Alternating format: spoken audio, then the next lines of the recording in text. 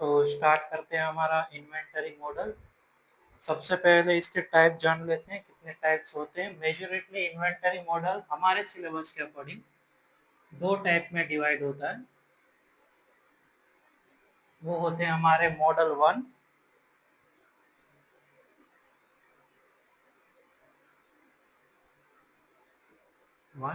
And second होता है हमारा model two. Model one and model two के बीच में एक ही डिफरेंस होता है। मॉडल वन जो हमारे होते हैं वो मेजॉरिटली होते हैं विदाउट शॉर्टेज, जिसमें शॉर्टेज ना हो वैसे इन्वेंटरी मॉडल्स को मॉडल नंबर वन बोला जाता है। हमारे सिलेबस के अंदर 3 ऐसे मॉडल वन के दिए हुए हैं और बाकी के जो मॉडल नंबर टू है, मॉडल नंबर टू को जाना जाता है विथ शॉर्टेज, मतलब कि जिसके अंदर शॉर्टेज क्या हो, अलाउड की गई। ठीक है, मेजॉरिटली हमें हमारे सिलेबस में दो ही मॉडल्स दिए हैं। मॉडल नंबर वन होता है हमारा विदाउट शॉर्टेज और मॉडल नंबर वन होता है विथ शॉर्टेज।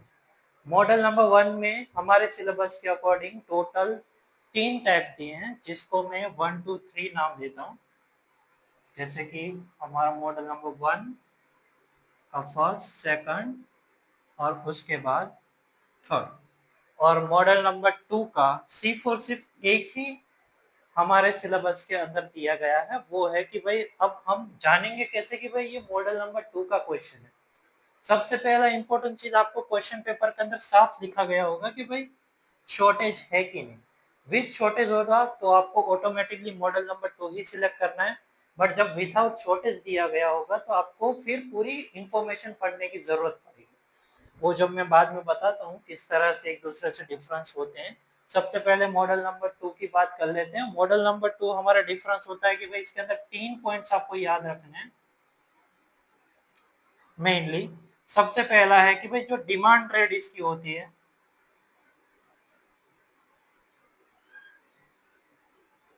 डिमांड रेट होती है वो कांस्टेंट होती है। कांस्टेंट मतलब कि हर टाइम पे, कोई भी टाइम हो, कोई भी सिचुएशन हो, वो हमेशा सेम ही रहेगी, कभी घटेगी बढ़ेगी नहीं।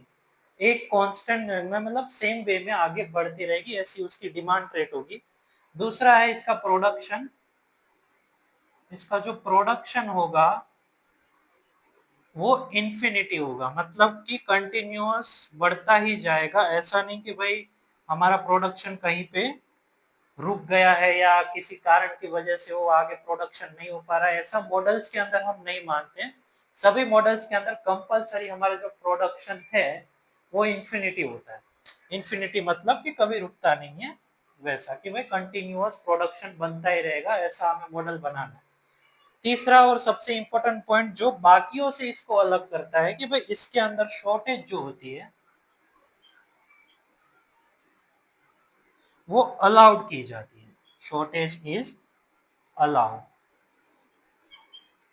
ये इसका मेन पॉइंट है। इससे ही आपको जानने को मिलेगा कि भाई आपको आपके एग्जाम के अंदर मॉडल नंबर टू यूज करना है। ठीक है, सबसे इंपॉर्टेंट चीज है मॉडल नंबर टू में भाई कि शॉर्टेज अलाउड होनी चाहिए। अगर साफ साफ लिखा होगा आपके क्वेश्चन के अंदर कि भाई शॉर्टेज, या शॉर्टेज का दूसरा नाम अगर आप बोलो तो भाई शॉर्टेज, और कई बार आपको दिया होगा स्कैरसिटी।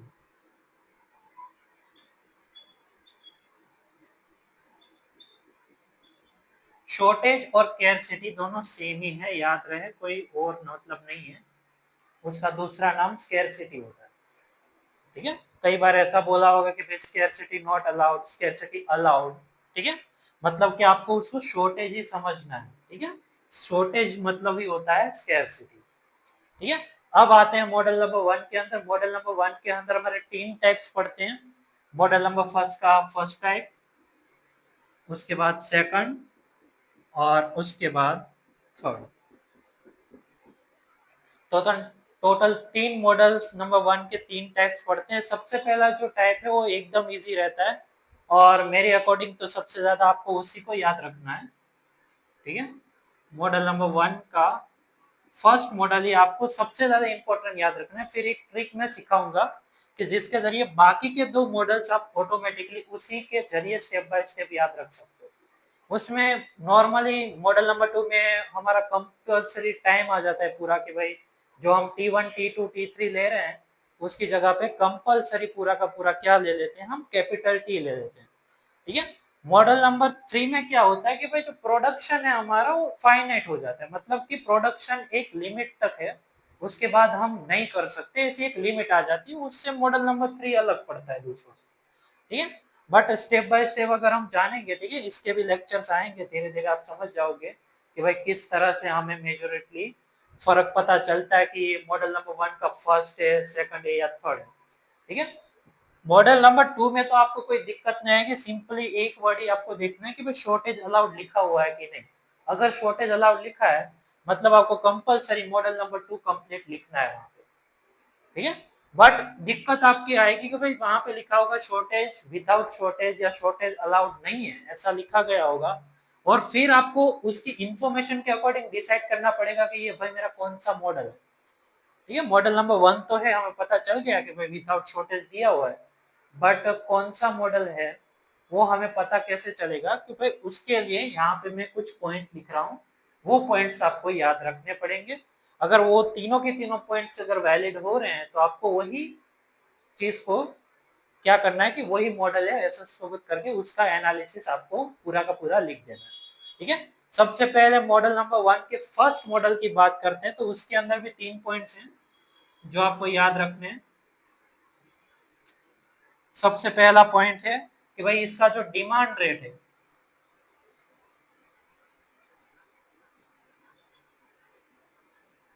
वो कांस्टेंट होगा। सेम सभी में कांस्टेंट ही आएगा, सिर्फ एक एक में फर्क पड़ेगा, वो हम उसके बाद थोड़ा सीख लेंगे किस तरह से उसमें फर्क पड़ता है। ठीक है।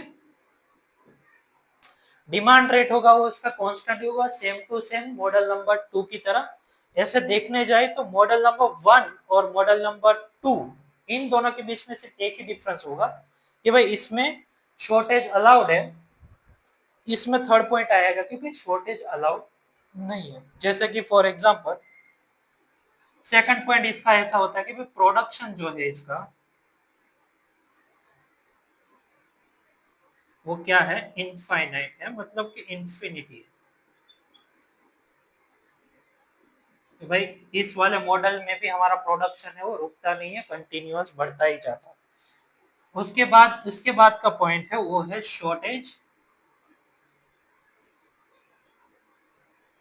जैसे कि भाई मॉडल नंबर 1 है, ऑब्वियसली यहाँ पे साफ साफ लिखा है कि क्या होगा, हमारी शॉर्टेज अलाउड नहीं है, मतलब कि इसके अंदर शॉर्टेज आप अलाउड कर ही नहीं सकते। तो ऑब्वियसली यहाँ पे हमारा थर्ड पॉइंट होगा क्या, शॉर्टेज नॉट अलाउड। बस आप यहाँ पे साफ देख रहे हो, आपको इसके अंदर ये पॉइंट याद रखना है, सिर्फ और सिर्फ सिंगल, कि भाई शॉर्टेज अलाउड है, शॉर्टेज नॉट अलाउड है। आप यहाँ पे देख सकते हो मॉडल नंबर 2 और मॉडल नंबर 1 का फर्स्ट, उसमें सिर्फ यही चीज का डिफरेंस है। एक में लिखा हुआ है मॉडल नंबर 2 में कि भाई शॉर्टेज आपको अलाउड करनी है, डिमांड रेट कांस्टेंट रहेगा, प्रोडक्शन भी इंफिनिटी रहेगा, बट शॉर्टेज अलाउड। और मॉडल नंबर 1 के फर्स्ट के अंदर अगर आप देखो तो डिमांड रेट कांस्टेंट है, प्रोडक्शन इंफिनिटी है, बट शॉर्टेज जो है वो क्या है, नॉट अलाउड है। उसके बाद सेकंड वाला मॉडल थोड़ा डिफिकल्ट है, और हमारे पिछले 12 या 13 साल के मैंने क्वेश्चन पेपर्स एनालिसिस किए हैं, इसके सिर्फ एग्जांपल्स आते हैं, इसका स्टैटिस्टिकल एनालिसिस आज तक नहीं पूछा है। मतलब कि जो हम ईओक्यू मॉडल फाइंड करने वाले हैं, ठीक है, जो ईओक्यू हम फाइंड करेंगे उसके लिए सब मैथमेटिकल फॉर्म्स जो डालने हैं उसका क्वेश्चन आज तक नहीं पूछा गया। ये सिर्फ और सिर्फ हमें एग्जांपल्स के अंदर काम आता है। बट क्यों बाकी 2 मॉडल से सेकंड मॉडल अलग क्यों है उसकी बात करते हैं। सेकंड मॉडल, इसके 3 पॉइंट्स हैं। फर्स्ट पॉइंट, सबसे इंपॉर्टेंट चीज भाई, इसके अंदर जो डिमांड है, डिमांड रेट है,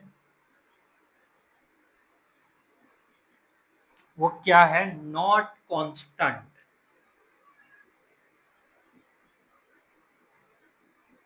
इसके अंदर जो डिमांड रेट होती है वो कांस्टेंट नहीं होती। बाकी सभी के सभी मॉडल्स के अंदर, जो मॉडल नंबर 3 लिखूंगा उसमें भी सभी के सभी मॉडल्स के अंदर डिमांड रेट कांस्टेंट होती है। बट इसके अंदर ये एक लौता मॉडल है जिसमें डिमांड रेट कांस्टेंट नहीं होती। सभी डिमांड अपने टाइम के मुताबिक चेंज होगी, मतलब वो कांस्टेंट नहीं रहेगी, सेम नहीं रहेगी। कई बार ज्यादा हो जाएगी, कई बार बहुत कम हो जाएगी।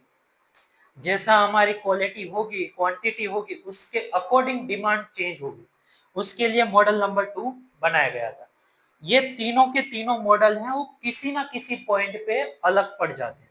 जैसे कि फर्स्ट मॉडल है सिर्फ और सिर्फ शॉर्टेज नॉट अलाउड के कारण अलग पड़ रहा है। सेकंड मॉडल है वो डिमांड रेट क्या है कि भाई कांस्टेंट नहीं है, उसके कारण अलग पड़ रहा है। उसके बाद अगर देखें तो प्रोडक्शन इंफिनिटी है भाई, इसके अंदर भी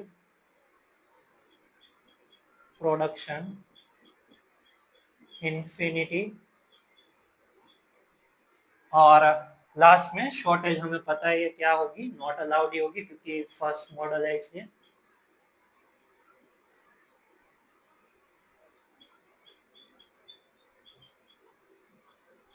शॉर्टेज क्या होगी, नॉट अलाउड। ठीक है। फर्स्ट मॉडल नंबर 1 का फर्स्ट मॉडल डिफरेंस यहाँ पे पता चलेगा कि भाई shortage not allowed. Second model difference आपको यहाँ पे पता चलेगा भाई जो उसकी डिफरेंस डिमांड रेट है वो क्या होगी भाई, नॉट कांस्टेंट, मतलब कि सेम नहीं रहेगी। अब बात करेंगे मॉडल नंबर 3 की। मॉडल नंबर 3 में सेम टू सेम 3 पॉइंट्स। ठीक है, सभी में 3-3 पॉइंट्स हैं जो आपको याद रखने हैं। मॉडल नंबर 2 और मॉडल नंबर 1 का फर्स्ट दोनों सेम ही है, सिर्फ डिफरेंस ये पड़ता है कहाँ, इसमें शॉर्टेज अलाउड है, इसमें शॉर्टेज नॉट अलाउड है, बस यही डिफरेंस है। फिर मॉडल नंबर 1 का सेकंड पॉइंट, उसमें एक डिफरेंस ये है कि भाई जो उसकी डिमांड रेट है वो क्या होगी, नॉट कांस्टेंट, मतलब डिफरेंस होगी, सेम नहीं होने वाली। कांस्टेंट मतलब कि हर कोई भी सिचुएशन के अंदर कोई वैल्यू सेम टू सेम रहे। जैसे कि मैं एग्जांपल दूं, हमारे पाई की वैल्यू होती है 3.14। ठीक है, कोई भी मैथमेटिकल रेक्टेंगल या जो जो भी ट्रायंगुलर या जो भी आपका मेजर होता है, जो पूरा सर्कल का आप मेजर करते हो, आप अगर एक छोटे से सर्कल का मेजर करना हो तो भी पाई इक्वल्स टू 3.14 लेना है। अगर आप पूरे पृथ्वी का गोलाकार जो है उसकी अगर डेंसिटी आपको मेजर करनी हो तो भी आपको पाई इक्वल्स टू 3.14 ही लेना है। उसको एक कांस्टेंट वैल्यू बोलते हैं, कोई भी सिचुएशन हो वो चेंज नहीं होती। ठीक है, तो यहाँ पे थर्ड मॉडल बाकी के दो मॉडल से किस तरह से अलग पड़ता है उसकी बात करते हैं। यहाँ पे रहेगा भाई डिमांड रेट जो इसकी है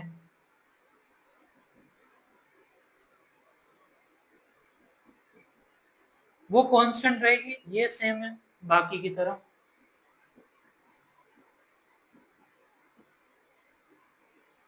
बट इसका जो प्रोडक्शन है, ठीक है, इसका जो प्रोडक्शन आएगा वो क्या हो जाएगा, प्रोडक्शन है वो फाइनाइट हो जाएगा। इसका ये मेन पॉइंट है कि आपका प्रोडक्शन फाइनाइट है, मतलब कि एक ऐसा पॉइंट आएगा जहां पे आपका प्रोडक्शन बंद हो सकता है। इनफाइनाइट मतलब इन्फिनिटी, वो कभी रुकेगा नहीं। स्टॉक जैसे ही खत्म होगा तुरंत दूसरा इन्वेंटरी के अंदर स्टॉक आ जाएगा, ऐसा वो मॉडल बोल रहा है। बट इस वाले मॉडल में बोल रहा है कि भाई हमारी प्रोडक्शन है वो फाइनाइट है। इन तरह के इन्वेंटरी मॉडल्स मेजोरिटली जो लग्जरियस कार बनाने में लगते हैं वहां पे लगता है, उसका प्रोडक्शन फाइनाइट है, लिमिट है। जैसे कि मैं फॉर एग्जांपल रोल्स रॉयल्स लूं, वो साल में या 3 या 4 गाड़ियां मुश्किल से बनाते हो तो उसका प्रोडक्शन फाइनाइट है, इन्फिनिटी नहीं। अगर टाटा वाले चाहिए तो उसकी टाटा की कोई भी टियागो या जो भी ईवी की वगैरह है, वो चाहे तो हर साल अपना प्रोडक्शन बढ़ा सकते, कंटिन्यूअस बढ़ा सकते, जैसा डिमांड होगा उसी तरह से वो प्रोडक्शन क्या कर लेंगे, इन्फिनिटी फाइनाइट तक ले जाएंगे। बट लग्जरियस आइटम पे जब जाते हैं तब उसकी जो प्रोडक्शन होती है वो फाइनाइट हो जाती है, मतलब कि एक जगह पे वो रुक जाते हैं। ठीक है, कि भाई अब बस हो गया, अब इतना। जैसे कि फॉर एग्जांपल लिमिटेड एडिशन, आपने नाम सुना होगा कि लिमिटेड एडिशन डील्स है। ठीक है, तो लिमिटेड एडिशन फाइनाइट प्रोडक्शन होता है। कि भाई 100 1 से लेके 100 तक का एडिशन बनेगा, 101 एडिशन नहीं बनाने वाले। तो 100 तक गए, उसके बाद प्रोडक्शन फाइनाइट मतलब कि उसके आगे नहीं बढ़ेगा। तो वहां पे इस तरह का थर्ड मॉडल काम आता है इन्वेंटरी का। और उसके बाद भाई same to same third step हमारा सेम ही होगा। क्या होगा भाई? शॉर्टेज है वो क्या होगी? Not allowed.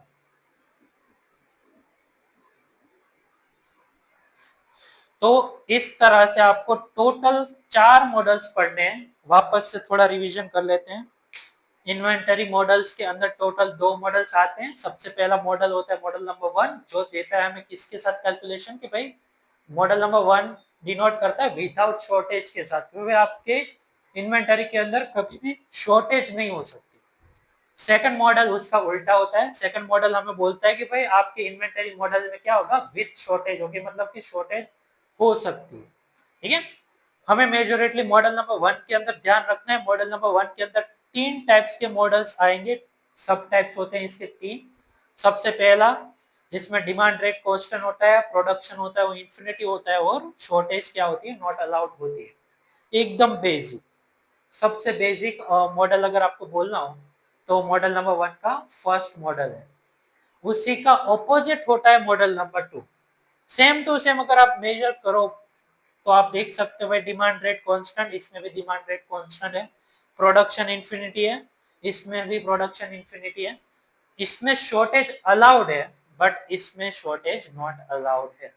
बस यही आपको डिफरेंस देखने को मिलेगा। और मेजोरिटली यूनिवर्सिटीज के अंदर आपको जो क्वेश्चन मिलेंगे इन्वेंटरी मॉडल्स की, वो मैं आपको बता दूं, मेजोरिटली आपका मॉडल नंबर 1 का फर्स्ट और सेकंड उसके ऑप्शन में मॉडल नंबर 2, ये 2 ही मॉडल्स आपको मेजोरिटली कंटिन्यूअस हर साल पूछे गए। ठीक है।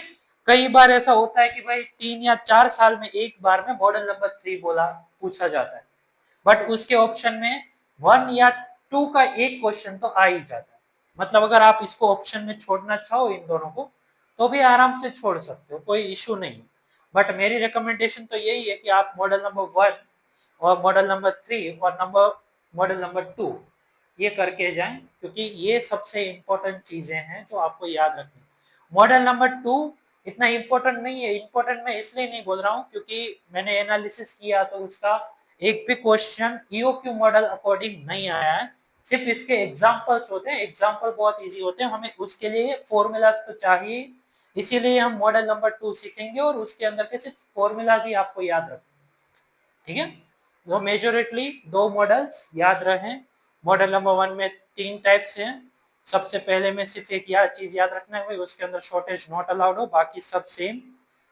सेकंड मॉडल के अंदर डिमांड रेट हो जो होती है वो नॉट कांस्टेंट होती है, मतलब कि सेम नहीं रहती, वो चेंज हो जाती है। ठीक है। जैसा प्रोडक्शन वैसी डिमांड, ऐसा यहाँ पे सिचुएशन बनता है मॉडल नंबर 1 के सेकंड पॉइंट में। मॉडल नंबर 1 के थर्ड मॉडल के अंदर आता है, क्या होता है भाई? डिमांड रेट कांस्टेंट होती है, बट यहाँ पे चेंज क्या आता है कि भाई जो प्रोडक्शन है इसका क्या हो जाता है? फाइनाइट हो जाता है, मतलब कि एक मोमेंट पे वो रुक जाता है। ठीक है। और same to same shortage not allowed. First model जो भी होगा उसका एक साइन डिनोट रखना है कि भाई हर तीसरा पॉइंट यही होगा कि भाई शॉर्टेज अलाउड नहीं है। मतलब आपको ऑटोमेटिकली मॉडल नंबर 1 समझ लेना। मॉडल नंबर 2 समझना एकदम इजी। जहां पे भी आपको शॉर्टेज इज अलाउड ऐसा लिखा हुआ आ गया, मतलब समझ जाना है कि वो मॉडल नंबर 2 की बात कर रहे हैं। हमारे सिलेबस में सिर्फ एक लोता ही ये मॉडल है, मॉडल नंबर 2 विथ शॉर्टेज। ठीक है। तो इसको समझना थोड़ा आसान रहता है। अब बात करते हैं, आज हम इस लेक्चर के साथ साथ में ये भी रखने वाले हैं कि भाई हमारा मॉडल नंबर 1 का फर्स्ट मॉडल है वो भी हम साथ में आज सीखेंगे। ठीक है। एक तरफ साइड में हो जा रहा हूँ, पॉज करके भी आप वीडियो देख सकते हो और शांति से इसको एक बार 5 मिनट के लिए देखते रहो। शांति से जो भी बॉक्स बनाए हैं वो मेजोरिटली आपको याद रखने हैं। बाकी की चीज याद रखो ना रखो, क्योंकि सभी में एक ना एक तरीके से सेम ही आ रही है। बाकी चीजें, कुछ चीजें हैं जो अलग हो रही है, उसको मैंने बॉक्स बना दिया है, वो चीज आपको याद रखनी है। समझ में आया? तो ये आपका पूरा का पूरा इन्वेंटरी का सिलेबस है जो हमें पूरा करना है। सबसे पहले लेक्चर्स वीडियोस हमारे इन्वेंटरी मॉडल्स के आएंगे सारे के सारे। जैसे ही हमारे मॉडल्स कंप्लीट हो जाए हम एग्जाम्पल की ओर बढ़ेंगे। एग्जाम्पल्स आपको हम ऑनलाइन करवाएंगे, ठीक है, बट इसका जो एक्सप्लेनेशन है वो मैं इसी तरह से बोर्ड में लेक्चर के जरिए दूंगा, ठीक है। उसकी भी वीडियो रिकॉर्डिंग होगी, वो आपके साथ अपलोड हो जाएगी, ठीक है। तो मेजोरिटली ये होता है हमारा पूरा का पूरा इन्वेंटरी मॉडल।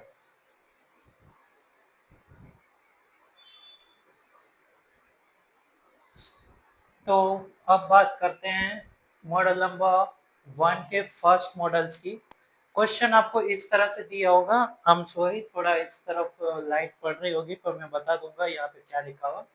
थोड़ा रात में वीडियो बना रहा हूँ इसलिए लाइट यहाँ पे पड़ रही है, ठीक है, बट समझा दूंगा कि यहाँ पे क्या लिखा हुआ है ऐसा, ठीक है। तो क्वेश्चन हमें ऐसा दिया होगा कि भाई obtain the formula for EOQ model with same rate of demand. सबसे पहला पॉइंट यहाँ पे हमें दिया गया है सेम रेट ऑफ डिमांड, याद रखना है आपको सेम रेट ऑफ डिमांड। उसके बाद दिया है क्या, when production is infinity, second point हमारा दिया है व्हेन प्रोडक्शन इज इंफिनिटी। और लास्ट पॉइंट हमें दिया है कि and scarcity is not allowed. Scarcity मतलब मैंने आपको लिखवाया ही था पहले, स्केर्सिटी इक्वल्स टू क्या होता है, शॉर्टेज। साफ साफ लिखा है शॉर्टेज हमारी क्या है, नॉट अलाउड, ठीक है। तो उसके अंदर हमें क्या करना है, वो सबसे पहले क्वेश्चन आप पढ़े तो उसमें सिर्फ और सिर्फ एक ही फॉर्मूला मांगा है, ईओक्यू। ये आपका 7 या 6 मार्क का क्वेश्चन, ठीक है। ईओक्यू मतलब कि हमें सिर्फ क्यू इक्वल्स टू फाइंड करके वहां पे आपका इक्वेशन या आपका जो भी जो थियरम है आपको वहां पे सोल्व कर देना। मैं आपको बताऊंगा कि भाई ये जो फर्स्ट क्वेश्चन मैंने यहाँ पे लिखा है उसका आंसर आपको कहाँ तक लिखना है। पूरा का पूरा लिखोगे तो भी उतने मार्क्स मिलेंगे, और मैं जहाँ पे रुकने को बोल रहा हूँ वहां पे रुक जाओगे तो भी उतने ही मार्क्स मिलेंगे, क्योंकि हमें जो फाइंड करने को बोला है वो हमने फाइंड करके उनको दे दिया, ठीक है। दूसरे इसका जो मेन मॉडल नेम है वो मॉडल नंबर फर्स्ट का first model classical EOQ model बोला जाता है इसको। क्लासिकल क्यों, क्योंकि सबसे पहला मॉडल यही बनाया गया था, उसके बाद उसके वेरिएशंस आए थे। तो उसके अंदर भाई इन्वेंटरी के अंदर सबसे पहले सपोज किया गया है कि आपका डिमांड रेट होगा वो कांस्टेंट होगा, कांस्टेंट मतलब सेम, और आपका जो प्रोडक्शन होगा वो क्या होगा, इनफाइनाइट होगा, मतलब कि इंफिनिटी होगा, कंटिन्यूअस चलता ही जाएगा, ठीक है। और हम सबको पता है कि मॉडल नंबर 1 मतलब कि शॉर्टेज अलाउ नहीं होती है। इसके अंदर सबसे पहले हमें कुछ अजम्पशंस लिखने होते हैं, याद रहे फर्स्ट क्वेश्चन के अंदर कहीं पे भी अजम्पशन मेंशन नहीं किया है, मतलब कि आपको वहां पे अजम्पशन नहीं लिखने, ठीक है। नहीं लिखोगे तो भी चलेगा, बट कई बार आप अगर अपने प्रीवियस ईयर क्वेश्चन पेपर्स देखोगे तो 14 और 13 मार्क का भी क्वेश्चन पूछा गया, उसमें साफ साफ लिखा है कि भाई ईओक्यू आपको प्रूफ करना है, बट साथ में अजम्पशंस भी उसके लिखने हैं। इसीलिए मैं बोल रहा हूँ कि अजम्पशन मेजोरिटली याद रखिएगा, अजम्पशन सबसे इंपॉर्टेंट होता है कोई भी मॉडल का, क्योंकि उससे ही उस मॉडल की पहचान होती है कि भाई आपने क्या क्या लिया है और किसके इक्वल्स टू क्या लिया है, ठीक है। हमारे एक मॉडल दूसरे मॉडल से उसके अजम्पशन के कारण ही अलग पड़ रहे हैं, बाकी इक्वेशन या स्टेप बाय स्टेप हम जब भी जाएंगे आपको पता चल जाएगा, सभी स्टेप बाय स्टेप सेम ही है। बस माइनर फर्क आता है, कैपिटल टी आ जाएगा कहीं पे, कहीं पे कैपिटल के आ जाएगा, ठीक है। उसका डिफरेंट डिफरेंट नोटेशन है, वो जब हम वो मॉडल सीखेंगे तब आपको हम सिखाएंगे उसके साथ, ठीक है। अभी सिर्फ हम फोकस करेंगे मॉडल नंबर 1 के अंदर। मॉडल नंबर 1 के अंदर आपको अजम्पशंस याद रखने हैं, वो मैं आपको लिखा दूं, अजम्पशंस।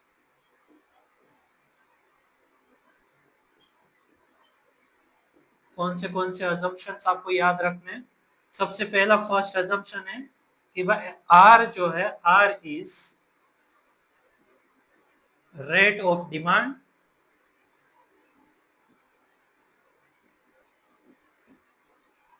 और यहां पे लिखना है आर इज सेम। सेम मतलब कांस्टेंट ही, आप कांस्टेंट भी लिख सकते हो या सेम लिखो तो भी कोई दिक्कत नहीं है, कि भाई आर हर जगह पे सेम ही रहेगा, रेट ऑफ डिमांड जो है वो हमेशा सेम ही रहेगी, कांस्टेंट रहेगी। ये सबसे पहला अजम्पशन आपका होना चाहिए कंपल्सरी, ठीक है।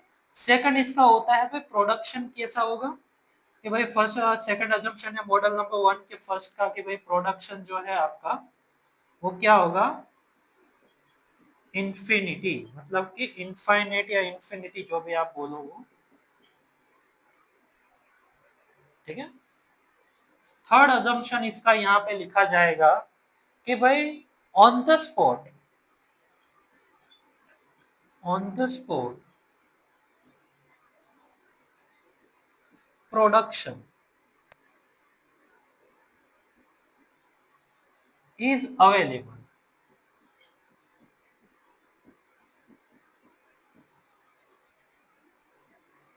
कि भाई कई बार ऐसा होता है कि भाई हमने यहाँ पे साफ साफ लिखा है कि हमारा प्रोडक्शन वो इंफिनिटी है, कई बार ऐसी एरर आती है। हम सब जानते हैं कि भाई कोई भी स्टैटिस्टिकल इक्वेशन या मॉडल हम लेते हैं तो उसमें 0.05% या 0.01% की हम कुछ एरर रहते हैं, इसको लेवल ऑफ सिग्निफिकेंस भी हम कई बार बोलते हैं, ठीक है। तो यहाँ पे भी कुछ ऐसा एरर आ सकता है, इसलिए यहाँ पे एक अजम्पशन दे दिया जाता है कि भाई ऑन द स्पॉट प्रोडक्शन भी अवेलेबल है। अगर कुछ ऐसा कुछ हुआ कि भाई प्रोडक्शन किसी कारण से होगा तो ऑन द स्पॉट उसका रिपेयरिंग और उसका काम तुरंत चालू कर सकेंगे, ऐसी उसके पास क्या है इक्विपमेंट या फिर ऐसी कोई टेक्नोलॉजी उसके पास है कि भाई ऑन द स्पॉट भी प्रोडक्शन कंटिन्यू स्टार्ट रह पाएगा। ये इसका थर्ड अजम्पशन होता है।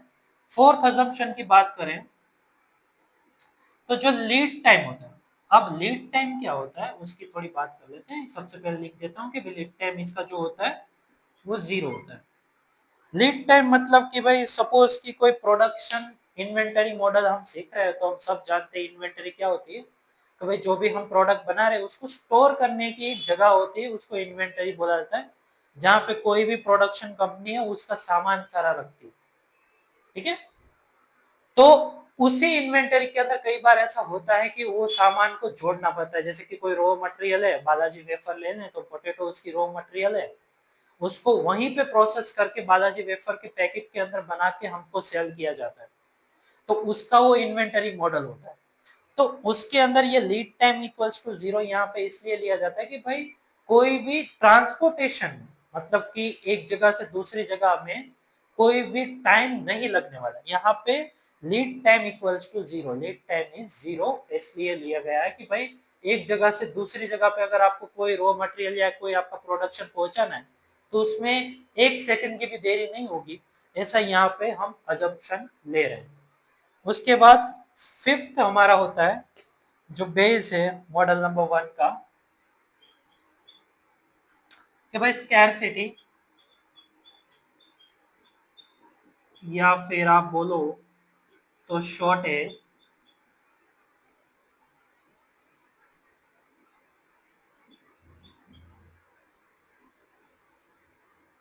Is not allowed. ये सबसे इंपॉर्टेंट पॉइंट है कि भाई मॉडल नंबर 1 के अंदर हम क्या करते हैं, भाई शॉर्टेज जो होते हैं उसको अलाउड नहीं करते हैं।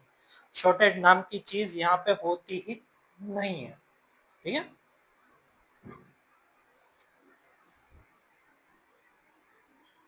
नंबर 6 सबसे इंपॉर्टेंट नंबर अजम्पशन आप बोल सकते हो, भाई इसका इन्वेंटरी में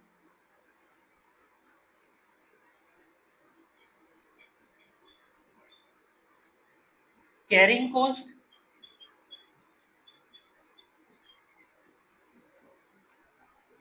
और होल्डिंग कॉस्ट, याद रहे कैरिंग कॉस्ट और होल्डिंग कॉस्ट सेम ही है। ये दो नाम मैं इसलिए ले रहा हूँ कि कई बार एग्जांपल्स जो होते हैं, आपके जो एग्जांपल्स आप सोल्व करोगे इन्वेंटरी मॉडल्स के, उसके अंदर दोनों कई बार अलग अलग शब्द है, कई बार कैरिंग कॉस्ट दे देता है, कई बार आपको बोलता है कि होल्डिंग कॉस्ट आपका इतना है। तो कई बार स्टूडेंट्स यहाँ पे कंफ्यूज हो जाते हैं कि भाई मैंने तो होल्डिंग कॉस्ट ही पढ़ा था बट यहाँ पे तो कुछ कैरिंग कॉस्ट दिया हुआ है, तो इसको मैं क्या लूंगा, ठीक है। इसलिए मैं दोनों नाम लिख रहा हूँ, याद रखिएगा कैरिंग कॉस्ट और होल्डिंग कॉस्ट दोनों सेम ही होते हैं, ठीक है, दोनों का काम एक ही है और दोनों को डिनोट किया जाता है C1 के जरिए ही। ये चीज याद रखिएगा, कैरिंग कॉस्ट हो या होल्डिंग कॉस्ट हो हमारी, उन दोनों को लिखा जाता है किससे, C1 से लिखा जाता है। और इसके अंदर है कि भाई जो आपका कैरिंग कॉस्ट और होल्डिंग कॉस्ट है वो क्या रहेगा, भाई इसके अंदर कांस्टेंट रहेगा, ये आपका रहेगा क्या, कांस्टेंट। और उसके बाद 7th नंबर पे याद करें, उसके बाद का पॉइंट जो है तो भाई इन्वेंटरी के अंदर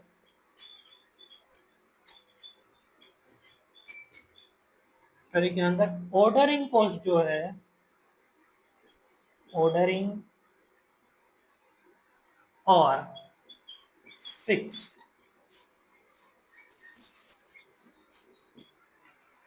ऑर्डरिंग कॉस्ट और फिक्स्ड कॉस्ट यहाँ पे दोनों ये भी सेम ही है, ठीक है, दोनों अलग नहीं है। ऑर्डरिंग कॉस्ट है और फिक्स कॉस्ट है, दोनों सेम ही है, सेम ही नाम। कई बार आपको एग्जांपल के अंदर ऑर्डरिंग कॉस्ट बोलेंगे, कई बार आपके एग्जांपल के अंदर बोला होगा कि भाई आपका फिक्स कॉस्ट ही है, तो दोनों की वैल्यू सेम ही है और उसको डिनोट किया जाता है C3 के जरिए। तो भाई इसके अंदर ये भी क्या होते हैं, कांस्टेंट होते हैं, सेम ही रहते हैं, ठीक है। सभी प्रोडक्शन के ऊपर की बात कर रहा हूँ, ठीक है, हर प्रोडक्शन के ऊपर सेम ऑर्डरिंग कॉस्ट या होस्टिंग होल्डिंग कॉस्ट सेम ही लगेगा, ऐसा ये बोल रहा है, ठीक है। तो ये टोटल 7 अजम्पशन है मॉडल नंबर 1 के जो आपको याद रखने हैं, ठीक है। उसके बाद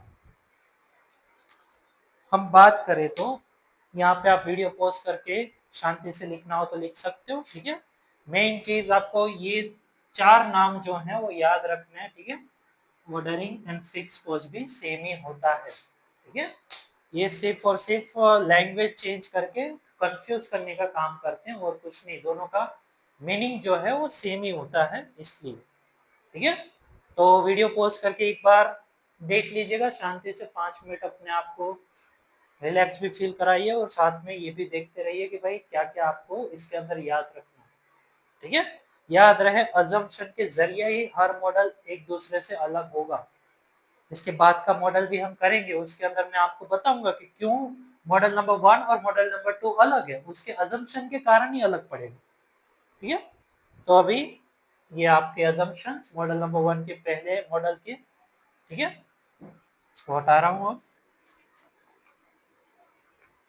अब हम मॉडल ड्रॉ करना स्टार्ट करेंगे। याद रहे आपको हर एक मॉडल की उसकी ग्राफिकल विजन जो है, जो ग्राफिकल विजुअलाइजेशन हमें दिया गया है सर, इन शॉर्ट में जो ग्राफ दिया गया है हमें, वो ग्राफ भी आपको दिखाना जरूरी है, कंपलसरी।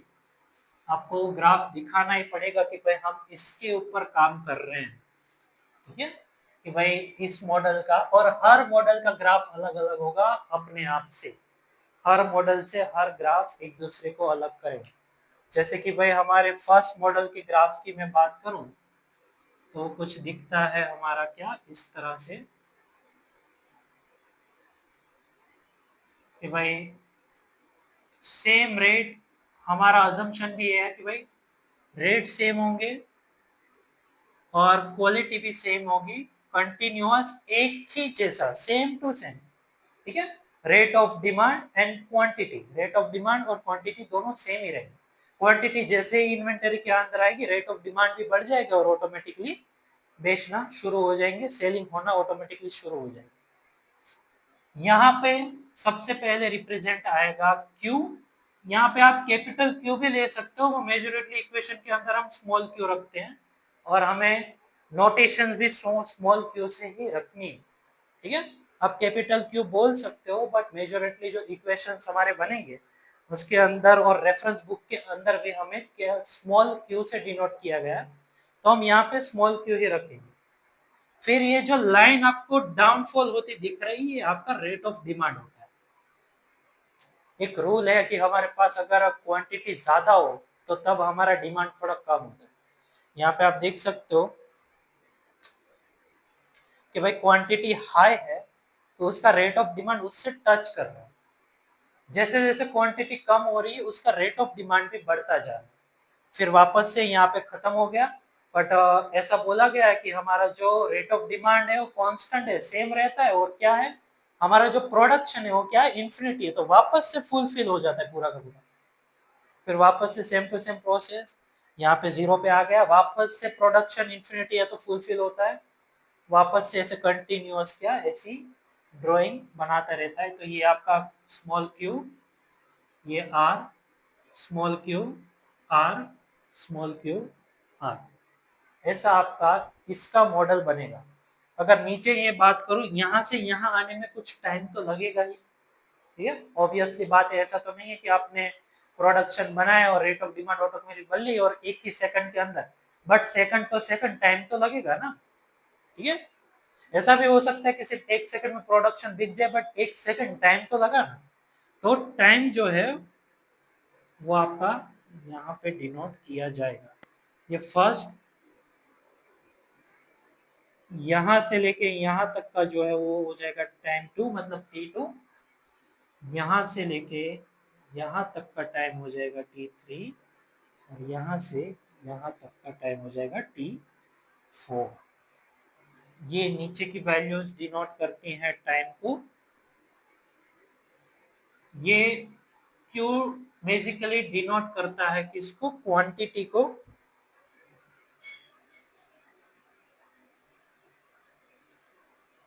कि भाई कितनी क्वांटिटी में हमारे पास प्रोडक्शन है। प्रोडक्शन तो इनफाइनाइट है, बट इनफाइनाइट को भी हमें दिखाना तो पड़ेगा ना ग्राफ के जरिए। ऐसा तो नहीं कि भाई ऊपर तक गायब कर देंगे, हमें दिखाना तो पड़ेगा ही इस तरह से, ठीक है। तो एक एग्जांपल के लिए यहाँ पे क्वांटिटी को यहाँ तक मैक्सिमम लेवल तक है, बट मैं हमारी क्वांटिटी जो है वो इनफाइनाइट है, कभी खत्म नहीं होगी, कंटिन्यूअस बढ़ती जाएगी। इसीलिए इस तरह का ग्राफ आपको देखने को मिल रहा है। तो इसका अगर एक्सप्लेनेशन मुझे देना हो तो ये है कि भाई अगर हमारी जो ऑर्डरिंग क्वांटिटी है वो अगर क्यू है, ठीक है, तो अगर सपोज कि उसकी जो रेट ऑफ डिमांड है वो बढ़ती जाएगी, तो एक मोमेंट ऐसा आएगा कि जहां पे वो क्या होगा कि भाई जो क्वांटिटी है वो जीरो हो जाएगी और हमारा रेट ऑफ डिमांड भी है वो क्या हो जाएगा, जीरो हो जाएगा। जो यहाँ पे आप टच करता हुआ देख रहे हो वहां पे, ये जो पूरा एक एरिया बना है ये वाला, उसको बोला जाता है साइकिल, ठीक है। यहाँ पे आप बोल सकते हो कि अपने इन्वेंटरी मॉडल ने एक पूरा साइकिल कंप्लीट किया। ये जो T1 आपको दिख रहा है यहाँ पे, ठीक है, उसने पूरा का पूरा एक साइकिल कंप्लीट किया। एक साइकिल खत्म करने के बाद तुरंत ही सेकंड साइकिल शुरू हो जाता है और सेकंड साइकिल भी rate of demand and quantity दोनों जीरो होने के बाद वापस से हमारा साइकिल नंबर 2 कंप्लीट हो जाता है। और साइकिल नंबर 2 जैसे ही कंप्लीट होता है तो क्या होता है, साइकिल नंबर 3 करना शुरू कर देता है। ऐसा कंटिन्यूअस इनफाइनाइट तक कंटिन्यूअस चलता ही रहेगा, ठीक है, समझ में आया। तो इसी को रिप्रेजेंट करने के लिए कुछ फॉर्मूलाज बनाए थे, जो है हमारा सबसे important formula Q equals to R T. ये हमारा इक्वेशन नंबर 1 बनेगा। Q इक्वल्स टू होगा, मतलब कि क्वांटिटी इक्वल्स टू होगा rate of demand multiply with its time. Rate of demand multiply with its time equals to क्या होगा, Q। हमारे क्वालिटी कितनी, क्वांटिटी कितनी है वो हमें मिलेगी। इसी के ऊपर से आप रेट ऑफ डिमांड और टाइम ये सब फाइंड कर सकते हो। जैसे कि अगर मुझे रेट ऑफ डिमांड फाइंड करना है तो मैं क्या करूंगा, टी को इस तरफ ले जाऊंगा, तो भाई इसके ऊपर से क्या होगा कि भाई आर इक्वल्स टू मेरा बन जाएगा Q डिवाइड बाई टी, ठीक है। ये नोटेशंस याद रखिएगा, ठीक है, ये बहुत इंपॉर्टेंट है। आगे जाके इक्वेशंस में हमें ये भी काम आएगा। उसके बाद सपोज कि आपको टाइम जानना है, ये टाइम आपको जानना है और आपके पास रेट ऑफ डिमांड भी है और क्यू भी है, दोनों वैल्यू है, तो क्या करोगे, आर को क्या करोगे, क्यू के डिवाइडेशन में डाल दो, तो इससे हमें क्या मिलेगा भाई, टी का फॉर्मूला मिल जाएगा। भाई टी इक्वल्स टू क्या, Q divide by capital R. तो एक ही इक्वेशन से बाकी के दो फॉर्मूलाज भी हमें डायरेक्टली मिल जाते हैं इन्वेंटरी मॉडल्स के अंदर। ये तीनों इंपॉर्टेंट है, पर सबसे पहले हमें यहाँ से स्टार्ट करना है। ये मैं आपको बाद में बोलूंगा कि याद करिए, यहाँ पे हमने आर का फॉर्मूला फाइंड किया था और यहाँ पे हमने टी का फॉर्मूला भी फाइंड किया था, ठीक है, समझ में आया। अब स्टार्टिंग सबसे पहले अगर हमें यहाँ तक हम पहुंच गए हैं, उसके बाद इक्वेशंस, मतलब कि सारे इक्वेशन बनाने की स्टार्टिंग हमेशा होती है टोटल कॉस्ट से, ठीक है। आपको कंपलसरी टोटल कॉस्ट फाइंड करना है सभी इन्वेंटरी मॉडल्स के अंदर। जैसे कि फॉर एग्जांपल चारों के चारों इन्वेंटरी मॉडल्स हैं, उसमें भले उसका ग्राफिकल विजुअलाइजेशन अलग अलग हो, बट आखिर में अगर कैलकुलेशन करने की आप शुरुआत करोगे तो हमेशा टोटल कॉस्ट से ही होगी। यहाँ पे भी टोटल कॉस्ट से ही हो रही है, तो भाई यहाँ पे हम लिख रहे हैं कि भाई now total cost for time T. ठीक है, हमें टोटल कॉस्ट फाइंड करनी है किसके अकॉर्डिंग, टाइम टी के अकॉर्डिंग। भाई कोई भी कॉस्ट या वो हो उसके ऊपर टाइम मेन पॉइंट है। ठीक है, इसीलिए एक्स अक्ष पे हमने टी लिखा हुआ है, टाइम टोटल। कोई हमें क्यों फाइंड करना है, ये फाइंड करना है, ये हमारे पास है। ठीक है, टाइम है T1 T2 T3 ऐसा सब कुछ हमारे पास है। बट हमें इन्वेंटरी मॉडल्स में हमें क्यू की वैल्यू सबसे पहले फाइंड करनी होती है, जिसको ईओक्यू भी बोला जाता है। ठीक है, तो क्यू की वैल्यू फाइंड करनी है, टी की डिफरेंट डिफरेंट वैल्यूज में, उसी के लिए टोटल कॉस्ट को हम डिफाइन करेंगे किसके जरिए, टाइम टी के जरिए। ठीक है, तो यहाँ पे अगर हम आगे पेश बढ़े तो भाई टोटल कॉस्ट को डिनोट किया जाता है सी के अंदर स्मॉल क्यू। ये इसका नोटेशन है। जहां पे भी आप सी क्यू देखो मतलब कि समझ जाना है कि कहाँ वो क्या बात कर रहे हैं, टोटल कॉस्ट की बात कर रहे हैं वो लोग। ठीक है, सी क्यू इक्वल्स टू होगा यहाँ पे ऑर्डरिंग कॉस्ट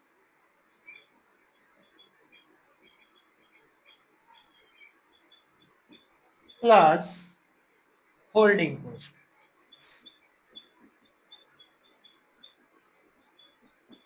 ये फॉर्मूलाज थोड़े इंपॉर्टेंट हैं आपके लिए। ठीक है, क्योंकि 2 मार्क्स के अंदर भी इन्वेंटरी के क्वेश्चंस आते हैं और कई बार एग्जांपल्स भी पूछ लेते हैं। उसमें सिंपल यही एग्जांपल देना होता है कि भाई फाइंड द टोटल कॉस्ट। तो आपको पता होना चाहिए कि भाई ऑर्डरिंग कॉस्ट और होल्डिंग कॉस्ट का मैं प्लस कर लूँ तो मुझे टोटल कॉस्ट मिलता है। ठीक है, तो ये फॉर्मूला भी आपको याद रखना पड़ेगा। उससे पहले याद रखने से पहले एक चीज याद आई कि भाई आपको नोटेशंस क्या क्या याद रखनी है वो। ठीक है, नोटेशंस हम लिख लेते हैं। सबसे पहले आता है C1। C1 रिप्रेजेंट करता है फिर होल्डिंग कॉस्ट को। ये नोटेशंस चारों के चारों मॉडल्स पे लागू पड़ती है। ठीक है, बाकी की एक्स्ट्रा नोटेशंस आएगी पर जब भी वो मॉडल्स हम पढ़ना शुरू करेंगे तब मैं आपको एक्सप्लेन करूंगा कि ये नोटेशन इसकी है। ठीक है, बट मेजोरिटली ऑल ओवर सभी मॉडल्स के अंदर जो नोटेशंस यूज होने वाली हैं वो मैं यहाँ पे लिख रहा हूँ। सबसे पहला है C1, दूसरा है हमारा R। R रिप्रेजेंट करता है रेट ऑफ, क्या, रेट ऑफ डिमांड। ठीक है, रेट ऑफ डिमांड। उसके बाद C3 रिप्रेजेंट करता है हमें वैल्यू ऑफ ऑर्डरिंग कॉस्ट।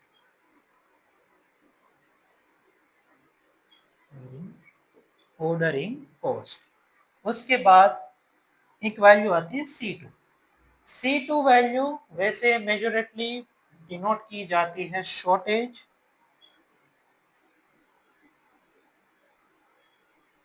और स्कैरसिटी। याद रहे दूसरा नाम स्कैरसिटी है, शॉर्टेज। ठीक है, शॉर्टेज या स्कैरसिटी को डिनोट करने के लिए दिया गया नोटेशन क्या, C2। मेजोरेटली मॉडल नंबर 1 के अंदर C2 आता ही नहीं है, क्योंकि हम सब जानते हैं मॉडल नंबर 1 के अंदर क्या है, विदाउट शॉर्टेज है, मतलब शॉर्टेज है ही नहीं, तो C2 का क्या काम। ठीक है, मॉडल नंबर 1 के अंदर आपको ये 3 नोटेशंस याद रखनी है, C1 R और C3। ठीक है, C2 आपको मॉडल नंबर 2 के अंदर ही काम आएगा, पर फिर भी मैं अभी लिख दे रहा हूँ कि C2 इक्वल्स टू होता है आपका शॉर्टेज या फिर स्कैरसिटी। ठीक है, अब बात कर रहे थे हम CQ equals to ordering cost plus holding cost. ये इसका मेन फॉर्मूला है। ठीक है, उसके बाद हम बारी बारी दोनों को फाइंड करेंगे। सबसे पहले होल्डिंग कॉस्ट फाइंड करेंगे। भाई होल्डिंग कॉस्ट इक्वल्स टू क्या, इक्वेशन हमें पुट करना है। उसके बाद ऑर्डरिंग कॉस्ट फाइंड करेंगे। ऑर्डरिंग कॉस्ट का फाइंड करने के बाद दोनों वैल्यूज जब हमें मिल जाए तब क्या करेंगे, हम इस फॉर्मूले के अंदर वैल्यू पुट कर देंगे। स्टेप बाय स्टेप जाएंगे। सबसे पहले होल्डिंग कॉस्ट, उसके बाद ऑर्डरिंग कॉस्ट। ठीक है, साइड में हट रहा हूँ, वीडियो पॉज करके अगर आपको लिखना हो तो लिख सकते हो अभी। ठीक है, और लिख दिया हो तो मैं अभी ये गायब कर रहा हूँ। इस तरफ मेजोरिटली कम ही लिखूंगा क्योंकि लाइट इस तरफ इतने पार्ट में पड़ रही है, इसलिए हम इतने हिस्से में कैलकुलेशन सारी करेंगे। ठीक है, आज के लिए ये, नेक्स्ट लेक्चर में तो मैं सुबह ही कर लूंगा, अभी तो रात में कर रहा हूँ इसलिए लाइट आ रही है। ठीक है, तो वही इसको हटा रहा हूँ मैं।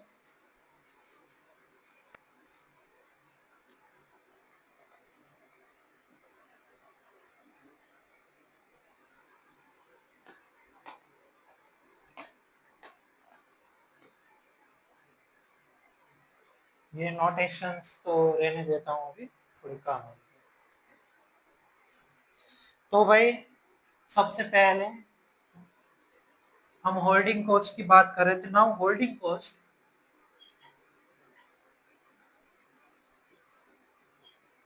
याद रहे, यहाँ से जहाँ पे लास्ट हमने शुरुआत की वहां से ही आपको लिखना शुरू करना है। ये पूरा आपका थियरम ही चालू है अभी ईओक्यू का। ठीक है, holding cost for time T, time के अकॉर्डिंग ही हमें कैलकुलेशंस करनी है सारी की सारी। अब होल्डिंग कॉस्ट का एक फॉर्मूला होता है जिसमें एक चीज हमें और चाहिए होती है जिसको बोला जाता है एवरेज स्टॉक, या एवरेज कॉस्ट भी बोल लो तो भी कोई दिक्कत नहीं है। ठीक है, या क्वांटिटी बोलो तो भी चलेगा। हमें चाहिए इसके अंदर एक चीज जो इसको बोला जाता है एवरेज स्टॉक। स्टॉक ही क्वांटिटी होता है। ठीक है, मैं यहाँ पे साइड में लिख रहा हूँ।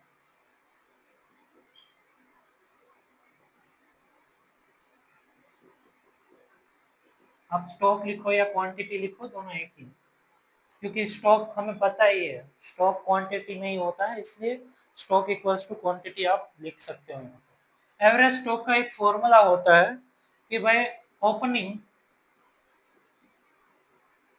Stock plus closing stock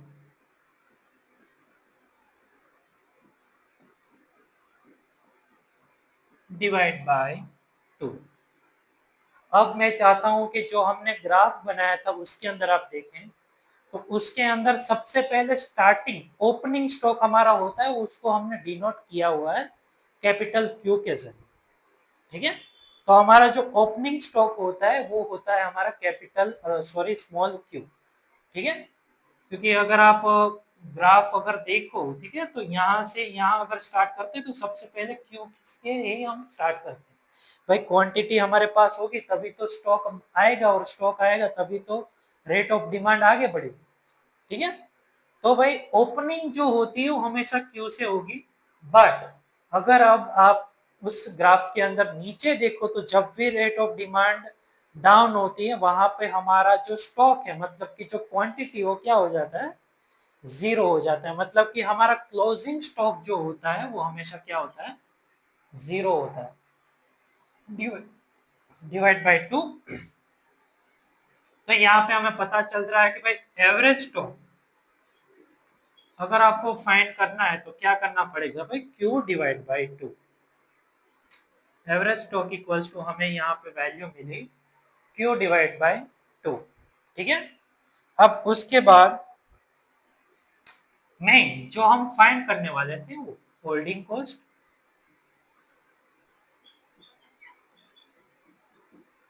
holding cost equals to होता है average cost, sorry average stock multiply with T multiply with C1। ठीक है, आप यहाँ बोलोगे सर आपने ही तो बोला कि C1 equals to holding cost होता है तो डायरेक्ट C1 क्यों नहीं ले लेते। बट आप ये भी देखो, कोई भी स्टॉक स्टार्ट करने से पहले, इन्वेंटरी मॉडल स्टार्ट करने के लिए आपके पास स्टॉक होना जरूरी है। ठीक है, उस स्टॉक को एवरेजली हम मेजर करके एवरेज स्टॉक फाइंड करते हैं, कितना टाइम लग रहा है उसका मल्टीप्लिकेशन करते हैं, और ऑलरेडी हमारे पास जो होल्डिंग कॉस्ट होता है उसको हमें इसके साथ मल्टीप्लाई करना है। इसके जरिए हमें टोटल होल्डिंग कॉस्ट जो मेनली टोटल कॉस्ट के अंदर जो ऐड होगी वो वाली होल्डिंग कॉस्ट हमें मिलेगी। मतलब कि भाई एवरेज स्टॉक हमें मिला है क्या, Q by 2 multiply with T multiply with C1। तो यहाँ पे हमारा होल्डिंग कॉस्ट इक्वल्स टू क्या होगा, होल्डिंग कॉस्ट इक्वल्स टू होगा Q divide by 2 T multiply with C1। ये हमारा हो जाएगा holding cost. Holding cost find हो गया तो इसको दे देंगे क्या हम, इक्वेशन नंबर 2। याद रहे हमारा इक्वेशन नंबर 1 था Q equals to R capital R T. ठीक है, ये हमारा फर्स्ट इक्वेशन था। सेकंड इक्वेशन है हमारा होल्डिंग कॉस्ट का Q divide by 2 multiply with T multiply with C1। समझ में आया? तो ये हमारा सेकंड इक्वेशन यहाँ पे बन गया। थोड़ा साइड में हट रहा हूँ, लिखना हो तो लिख लीजिए पॉज करके। ठीक है, उसके बाद नेक्स्ट अगर हम फाइंड करें, अब होल्डिंग कॉस्ट हमें मिल गया है। ठीक है, तो नेक्स्ट टॉप के अगर हम जाएं तो भाई हम टोटल कॉस्ट फाइंड कर रहे थे, तो टोटल कॉस्ट में एक होल्डिंग कॉस्ट होता था और दूसरी क्या चीज होती थी हमारा, हमें फाइंड करनी पड़ेगी, वो है हमारा ऑर्डरिंग कॉस्ट। ठीक है, अब यहाँ पे फाइंड करेंगे now for ordering cost. Ordering cost आपका और कुछ नहीं C3 ही रहेगा। ऑर्डरिंग कॉस्ट मैंने आपको अजम्पशन लिखवाया था, ordering cost are always constant, सभी जगह पे सेम रहेगा। होल्डिंग कॉस्ट टाइम के साथ सेम रहता है बट थोड़ा चेंजेस आ सकता है, बट कांस्टेंट उसको भी आप बोल सकते हो। बट जो ऑर्डरिंग कॉस्ट है वो सेम ही रहता है सभी प्रोडक्ट के लिए। जितने भी प्रोडक्ट्स आप खरीदने वाले हो सभी पे ऑर्डरिंग कॉस्ट उसका जो है वो क्या रहता है, सेम ही रहता है। तो हमारा ऑर्डरिंग कॉस्ट यहाँ पे होगा C3। ये हमारा इक्वेशन नंबर 3। ऑर्डरिंग कॉस्ट हमारे लिए यहाँ पे होगा C3, सिर्फ C3, ना मल्टीप्लीकेशन विथ T C1 कुछ भी नहीं, C4 सिर्फ C3 हमारा ऑर्डरिंग कॉस्ट बनेगा। अब जो हम फाइंड कर रहे थे वो फ्रॉम इक्वेशन नंबर 2 एंड 3, भाई इक्वेशन नंबर 1 और 3 के जरिए हमें क्या मिलेगा, भाई हमें टोटल कॉस्ट फाइंड करना था। Total cost equals to holding cost plus ordering cost.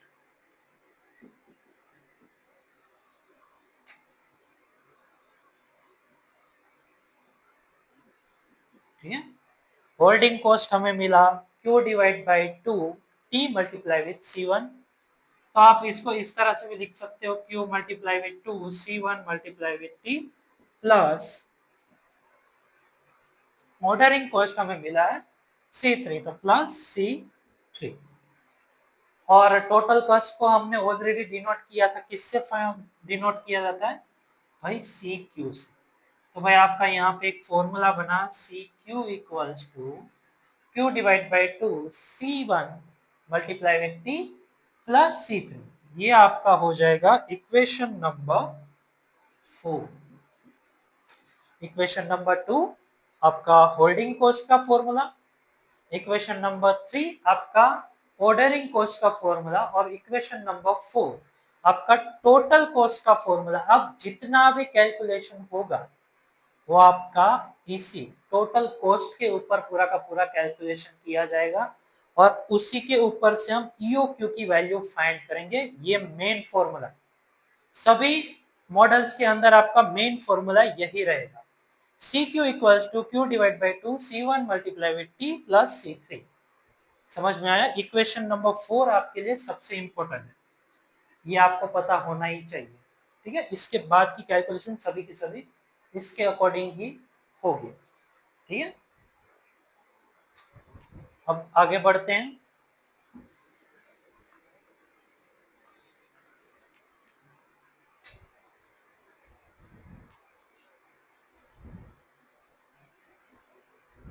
अब जितने भी टाइम से हमें कैलकुलेट कर रहे थे, आप देख रहे हो कि यहाँ पे भी टाइम दिया है। ठीक है, दोनों जगह पे टाइम्स को ऐड करने के लिए हम क्या करेंगे कि भाई, या टाइम ना ऐड करने को शॉर्ट में ये समझो ना कि भाई अगर टाइम को हटाना है तो आप क्या करोगे।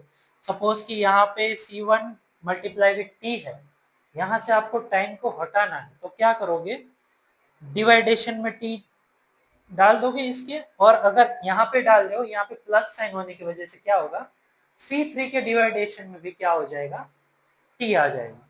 ठीक है, तो टाइम के फैक्टर को हटाने के लिए हम क्या कर रहे हैं, यहाँ पे याद रहे हम यूज कर रहे हैं टाइम फैक्टर को हटाने के लिए।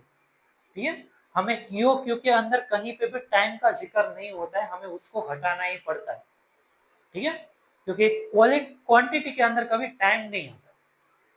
ठीक है, तो यहाँ पे हमें ऑलरेडी टाइम दिया है, तो सर हम यहाँ पे टाइम कैसे फाइंड करेंगे, तो भाई एक काम करो, दोनों के डिवाइडेशन में टी डाल दो। ठीक है, तो करते हैं। Now equation number 4 divide by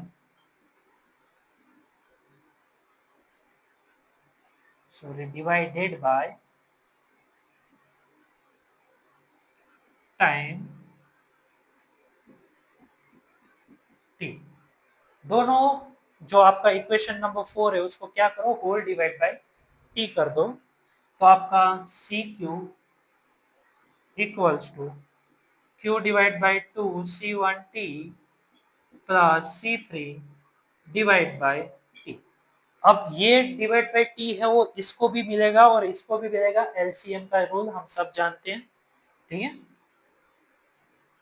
q divide by 2C1 multiply with t divide by t plus C3 divide bye t। अब यहाँ पे आप देख सकते हो ऊपर मल्टीप्लिकेशन में t है, नीचे डिवाइडेशन में t है, तो यहाँ पे क्या होगा, ये टी जो है वो हट जाएगा, और यहाँ पे आपका q इक्वल्स टू, यहाँ सी क्यू इक्वल्स टू बन जाएगा भाई q divide by 2C1 plus C3 divide bye t।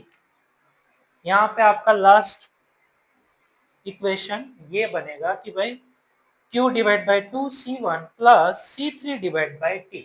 अब मैंने बोला था कि भाई t फैक्टर हम यहाँ पे नहीं रख सकते हैं, t की वैल्यू हमें नहीं पता है, तो हम यहाँ पे t कैसे रख सकते हैं। ठीक है, तो मैंने स्टार्टिंग में ही देखिए आप इक्वेशन नंबर 1। ठीक है, इक्वेशन नंबर 1 हमारा था q equals to R T. ठीक है, उसके जरिए मैंने दो और फॉर्मूलेस बनाए थे, जिसमें t का भी एक फॉर्मूला बना था। t इक्वल्स टू क्या होगा, q divide by capital R हो जाएगा। तो अब क्या करेंगे हम, यहाँ पे हमें पता है कि टाइम फैक्टर हमारे पास नहीं है, इसको हटाने के लिए हम क्या करेंगे, rate of demand, sorry quantity divide by rate of demand कर दो, तो भी आपको टी का आंसर मिलता है इक्वेशन नंबर 1 की बदौलत। ठीक है, हम जानते हैं इक्वेशन नंबर 1 आप देख सकते हो पॉज करके। ठीक है, तो यहाँ पे अगर हम करें,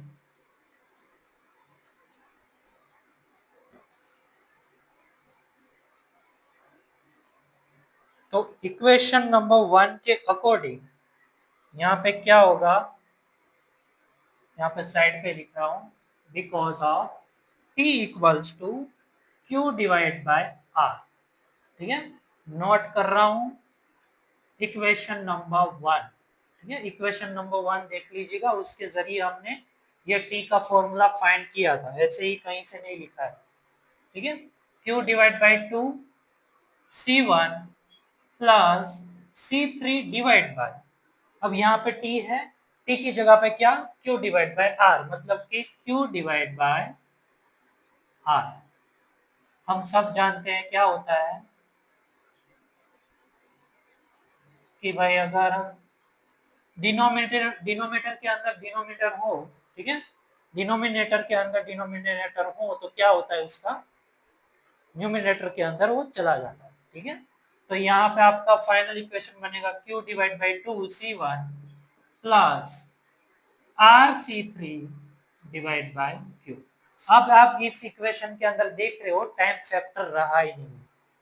ठीक है, यहाँ पे हमारे में जो t था, टाइम जो था, जो हमें कई बार नहीं दिया गया होता, उसको हटाने के लिए हमने क्या किया, इक्वेशन नंबर 1 का यूज करके t equals to Q divide by r हमने पुट कर दिया।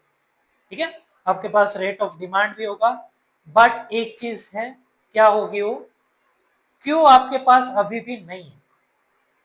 अब जो डिजाइन ऑफ एक्सपेरिमेंट में भी हम जो सीखते हैं उसके अकॉर्डिंग अगर हम करें, तो भाई अगर आपके पास कोई वैल्यू ना हो और उसकी वैल्यू अगर आपको फाइंड करनी हो तो उसके लिए कैलकुलस के अंदर आपके F5 बीकॉम के सेम 1 और सेम 2 के अंदर एक चीज आती थी जिसको बोला जाता है डिफरेंशिएशन।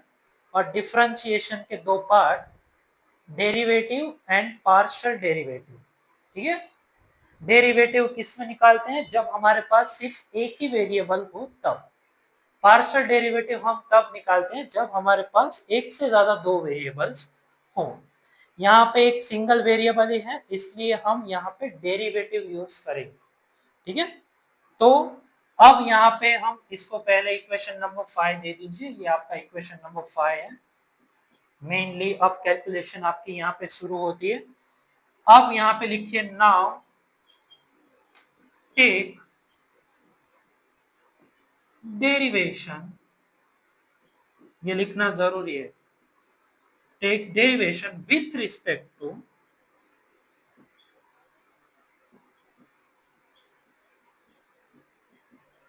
तो क्या, क्यू की वैल्यू हमारे पास नहीं है इसलिए अकॉर्डिंग टू क्यू।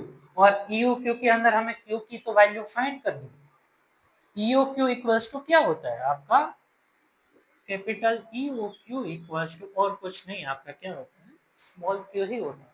हमें स्मॉल क्यू की ही तो वैल्यू चाहिए।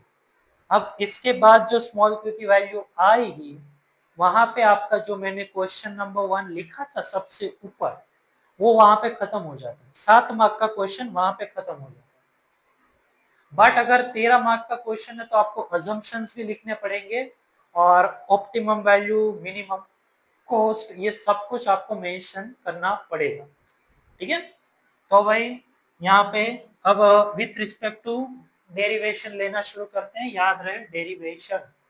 ठीक है, डेरिवेशन लेना शुरू करेंगे तो पहले भाई इक्वेशन लिख दें किसके ऊपर करने वाले हैं हम डेरिवेशन, तो q divide by 2 c1 plus rc3 divide by q, इसके ऊपर हम डेरिवेशन करने वाले हैं विथ रिस्पेक्ट टू क्या, q। तो अब फॉर्मूला पुट करते हैं, derivation C Q main function जो होता है वो, और जिसके रिस्पेक्ट में आपको डेरिवेशन निकालना होता है वो नीचे आता है D Q equals to derivation with respect to Q. अब सी क्यू की जगह पे ये पूरा का पूरा फॉर्मूला, मतलब कि Q divide by 2c1 plus rc3 divide by Q. अब थोड़ा मेन पार्ट आ रहा है आपका, ठीक है, जहां पे आपको सबसे ज्यादा दिमाग दौड़ाना है वो ये वाला पार्ट है। इसमें आपको बहुत सारी वैल्यूज समझनी पड़ेगी पहले। ठीक है, हर स्टेप शांति से सोच समझ के निकालोगे तो कोई दिक्कत नहीं आएगी। ठीक है, एकदम शांति से सिंपल डेरिवेशंस के रूल्स याद रख के आपको इसको फॉलो करना।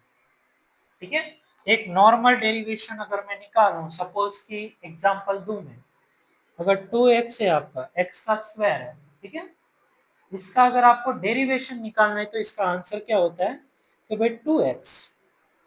फॉर्मूले की बात करो तो nx n माइनस 1, ये डेरिवेशन का मेन फॉर्मूला होता है। ठीक है, मतलब कि n जो है वो आगे आ जाएगा और n माइनस 1 उसकी जगह ले लेगा। जैसे कि यहाँ पे, ठीक है, ये n है, n आगे आ गया, 2x, 2 माइनस 1 1, तो 1 लिखो ना लिखो कोई फर्क पड़ता नहीं है। इसीलिए 2x का डेरिवेशन होता है, सॉरी एक्स स्क्वायर का डेरिवेशन होता है क्या, 2x। मेन ये फॉर्मूला है, याद रखिएगा, n मल्टीप्लाई विथ x की n माइनस 1 पावर। ठीक है, तो इसके अकॉर्डिंग हम बढ़ते हैं। सबसे पहले ऊपर अगर आप देखो तो यहाँ पे क्यू दिया गया, ठीक है, एक सिंगल क्यू है। एक सिंगल क्यू अगर हो, अगर उसका डेरिवेशन अगर आप निकालो तो साफ साफ उसका आंसर 1 ही आता है। अगर क्यू का डेरिवेशन निकाल रहे हो और कोई पावर ही नहीं, ठीक है, तो क्या होगा, वो 1 ही हो जाएगा, उसका डेरिवेशन नहीं निकल सकता, उसका आंसर 1 हो जाता है। तो भाई यहाँ पे हम 1 लिख देंगे, चलिए और कोई बात। मेन टॉपिक आपका ये है, यहाँ पे जो Q है वो दरअसल 1 डिवाइड बाई क्यू, ऊपर वैल्यू दी गई है कुछ, उसके डिवाइडेशन में क्यू दिया और उसका डेरिवेशन निकालना। तो हम एक रूल जानते हैं कि अगर 1 डिवाइड बाई क्यू है तो उसकी माइनस पावर होती है अगर हम ऊपर ले जाएं तो। इसका मतलब होता है q equals to 1 minus A, sorry q equals to 1 divide by Q equals to Q की माइनस 1 पावर। ठीक है, अब इसके ऊपर n x n माइनस 1 वाला फॉर्मूला अगर हम अपनाएं तो भाई n क्या है यहाँ पे हमारा -1। ठीक है, तो भाई -1 आगे आ जाएगा, q वैसा का वैसा ही रहेगा। अब क्या होगा, -1 तो क्या हो जाएगा, वो -2 होगा। तो -1 मल्टीप्लाई विथ q की -2 पावर, इसका डेरिवेशन इस तरह से निकलेगा। ठीक है, ये जो आपको मेन मुझे सिखाना था वो, यहाँ पे 1 डिवाइड बाई क्यू दिया गया है। 1 divide by Q equals to होता है 1 की इनवर्स पावर माइनस पावर। ठीक है, और इनवर्स पावर का अगर डेरिवेशन आप निकालो तो उसका क्या होता है कि भाई -1 आगे आ गया। ठीक है, -1 मतलब कि -2 हो गया वो। अब ये जो माइनस पावर है उसको मुझे पॉजिटिव करना हो तो मैं क्या करूंगा कि भाई माइनस क्यू की -2 पावर है उसको मैं -1 डिवाइड बाय क्यू की 2 पावर भी ऐसे भी मैं लिख सकता हूँ। ये भी आपको याद रखना है, -1 डिवाइड बाय क्यू की 2 पावर, ऐसा भी पॉसिबल है। ठीक है, ये चीज भी आपको याद रखनी है। तो जो भी मैंने यहाँ पे किया है, एक बार साइड में हट रहा हूँ, एक बार शांति से देख लो, स्टेप बाय स्टेप ही है। ठीक है, अगर आपको बेसिक रूल पता नहीं है डेरिवेशंस के तो भाई आप बीकॉम की बिजनेस स्टैटिस्टिक्स की सेम 1 और सेम 2 की ओल्ड सिलेबस, ठीक है, ओल्ड सिलेबस की बात कर रहा हूँ, लेटेस्ट सिलेबस में कैलकुलस नहीं है। ओल्ड सिलेबस के अंदर आपको ये सारे रूल्स मिल जाएंगे कि भाई डिफरेंशिएशन किस तरह से है, डेरिवेशन किस तरह से निकलता है, पार्शियल डेरिवेशन किस तरह से निकलता है, वगैरह वगैरह। ठीक है, उसकी इंफॉर्मेशन आपको मिल जाएगी। अगर आपका वहां पे बेसिक क्लियर नहीं है तो मैं रेकमेंड करूंगा कि पहले आप वो सॉल्व कीजिए, तभी आपको इसका आइडिया आएगा। ठीक है, अब आगे बढ़ते हैं। डिफरेंशिएशन मैंने किया, अब डिफरेंशिएशन कर रहा हूं मतलब कि अब ये लिखने की हमें कोई जरूरत नहीं है। क्यू सिर्फ सिंगल क्यू है, हम विथ रिस्पेक्ट टू डिफरेंशिएशन निकाले क्यू को, मतलब कि हमें सिर्फ क्यू की वैल्यू को ध्यान में देना, एक क्यू यहाँ पे एक क्यू यहाँ पे, बस और कुछ नहीं देखना। बाकी जो है वो सेम टू सेम पुट कर देना है, कोई चेंजेस नहीं करना। तो भाई सिर्फ क्यू दिया है तो मैंने बोला उसका डिफरेंशिएशन या डेरिवेशन क्या निकलता है, 1, मतलब कि क्यू की जगह पे आ गया 1, 1 डिवाइड बाई 2 C1, और अब क्यू की जगह पे क्या आ जाएगा, -1 डिवाइड बाई क्यू स्क्वायर, मतलब कि ये जो प्लस है वो क्या हो जाएगा, माइनस होगा। रीजन क्या है भाई, जो पावर हम ले रहे हैं वो उसकी वजह से माइनस हो रही, तो यहाँ पे होगा -RC3 डिवाइड बाय क्यू की 2 पावर। ये हमारा डिफरेंशिएशन या डेरिवेशन निकला। ठीक है, पार्शियल डेरिवेशन नहीं निकालना है हमें, डेरिवेशन ही निकालना है। यहाँ पे हमारा डेरिवेशन निकला, क्या निकला भाई, क्यू स्क्वायर हो गया। अब हमें क्या चाहिए कि भाई हम विथ रिस्पेक्ट टू क्यू निकाल रहे थे, मतलब कि हमें क्यू की वैल्यू चाहिए। अब रूल के अकॉर्डिंग डिजाइन ऑफ एक्सपेरिमेंट में जो हम सीखे हो, अगर किसी की भी वैल्यू चाहिए तो डेरिवेशन निकालने के बाद उसका डेरिवेशन इक्वल्स टू क्या होना चाहिए, 0 होना चाहिए। मतलब कि D C Q divide by differentiation with respect to Q equals to 0, ये हमें प्रूफ करना है। मतलब कि इसका आंसर हमारा ये आया, इक्वल्स टू 0 करना है उसको। ठीक है, रुक रहा हूं, जरा लिख लीजिएगा। ओके,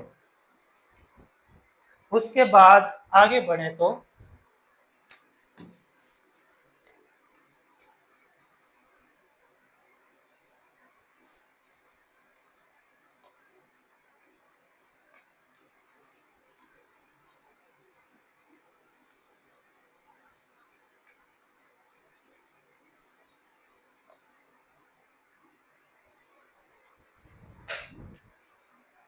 इसके इक्वल्स टू हमें ये आंसर मिला है, मतलब कि भाई 1/2 C1 minus RC3 divided by Q square equals to 0। Same procedure, minus sign है, इक्वल्स टू की उस तरफ जाएगी तो क्या होगी, प्लस साइन हो जाएगी। तो यहाँ पे बचेगा क्या, 1/2 C1 equals to RC3 divide by Q square. Plus हो जाएगी, उस तरफ जाएगी तो प्लस हो जाएगी, ठीक है। अब Q को इक्वल्स टू की एक तरफ रखना है, बाकी की सारी वैल्यूज को दूसरी तरफ ले जाना। जैसे कि फॉर एग्जांपल Q यहाँ पे डिवाइडेशन में Q स्क्वायर सामने जाएगा तो मल्टीप्लिकेशन में हो जाएगा, तो भाई Q स्क्वायर में एक तरफ रख रहा हूँ। C1 यहाँ पे मल्टीप्लिकेशन में सामने जाएगा तो डिवाइडेशन में, 1/2 डिवाइडेशन में सामने जाएगा तो मल्टीप्लिकेशन में। तो ये बन जाएगा आपका 2RC3 डिवाइड बाय C1। तो Q स्क्वायर इक्वल्स टू हमें मिला 2RC3 divide by C1, but हमें आंसर चाहिए सिर्फ Q का, हमें आंसर मिला Q स्क्वायर का। तो एक रूल आपको पता होगा कि भाई अगर स्क्वायर दिया है, ठीक है, और उसका स्क्वायर हटाना है तो क्या करना पड़ेगा, उसका अंडर रूट लेना पड़ता है। मतलब कि सपोज कि आपको Q चाहिए तो आपको क्या करना पड़ेगा, इसका अंडर रूट कर देना है 2RC3 डिवाइड बाय C1। ये आपको मिल गया Q का formula, Q equals to under root 2RC3 divide by C1, जहां पे R इक्वल्स टू है rate of demand, C3 equals to है हमारा ordering cost, C1 equals to है हमारा होल्डिंग कॉस्ट। आप देख सकते हो Q के अंदर C2 आया ही नहीं, ठीक है, क्योंकि विदाउट शॉर्टेज है भाई, शॉर्टेज तो है ही नहीं, तो कहां से C2 आएगा। तो ये हमारा इक्वेशन सही है, ठीक है। इसको आपको देना है इक्वेशन नंबर 6। और यहाँ पे आपका जो पहला क्वेश्चन मैंने यहाँ पे बड़ा लिखा था उसका आंसर यहाँ पे खत्म हो जाता है इक्वेशन नंबर 6 पे। 7 मार्क का क्वेश्चन, 6 इक्वेशंस कंप्लीट। समझ में आया। तो इस तरह से आपको क्वेश्चन समझना है कि आपको क्वेश्चन में मांगा क्या गया है, ठीक है, उस अकॉर्डिंग आपको आंसर देना है इसमें।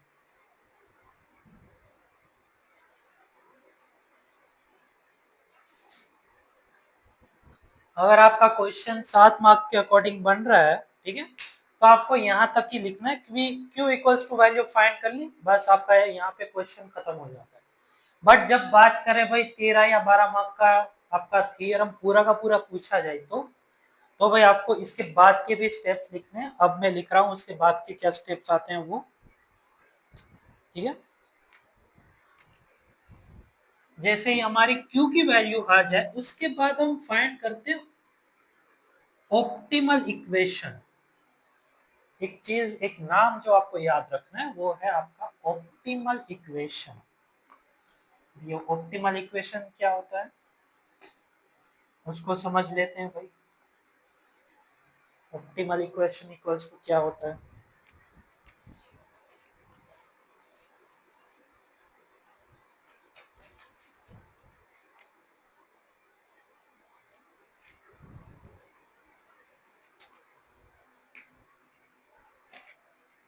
देखिए, नाउ द ऑप्टिमल वैल्यू या इक्वेशन या वैल्यू जो भी आप बोलो, optimal value of Q। Optimal value और कुछ नहीं, सभी इन्वेंटरी मॉडल के अंदर उसकी Q ही उसका ऑप्टिमल वैल्यू बनता है। जैसे कि बट नोटेशन चेंज हो जाती है, Q के ऊपर स्टार आ जाएगा जिससे पता लगेगा भी नॉर्मल Q और ऑप्टिमल वैल्यू के अंदर क्या डिफरेंस है। वो कुछ डिफरेंस नहीं है, सिर्फ स्टार और under root same to same पूरी की पूरी value 2RC3 divide bye C। ये आपका ऑप्टिमल वैल्यू का इक्वेशन यहाँ पे बन गया, ये आपका ऑप्टिमल वैल्यू का इक्वेशन। बट अब बात करते हैं भाई ऑप्टिमल वैल्यू का इक्वेशन काम कहाँ आता है। ऐसा तो क्यों हमें सीधा डायरेक्टली क्यों नहीं लिया और ऑप्टिमल वैल्यू यहाँ पे लिखनी पड़ी, ऐसा क्यों हुआ? तो रीजन एक ही है, रीजन ये है टू गेट मिनिमम कॉस्ट।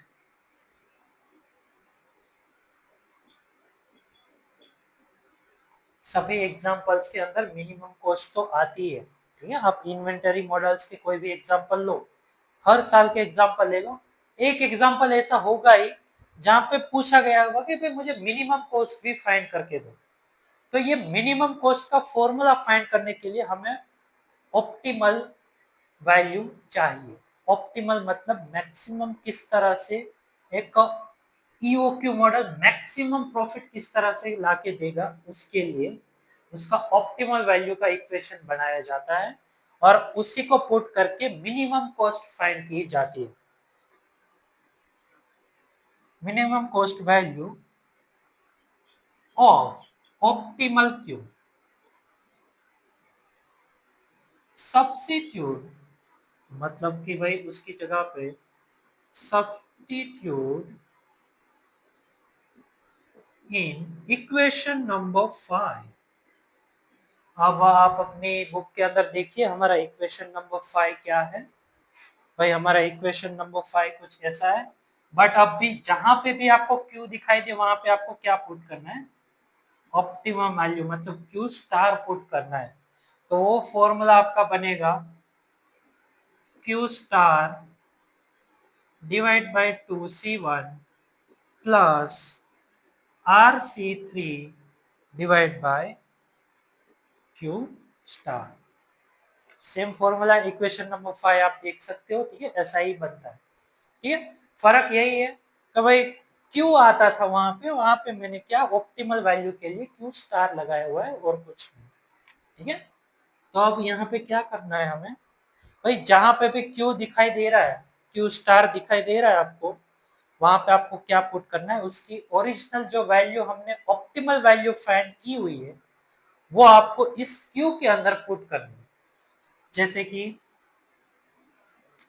यहाँ पे क्यू ऊपर है तो ऊपर under root 2R C3 divide by C1 divide by 2 multiply with C1 plus RC3 divide by Q star, वो इक्वेशन बट नीचे की तरफ under root 2R C3 divide by C1।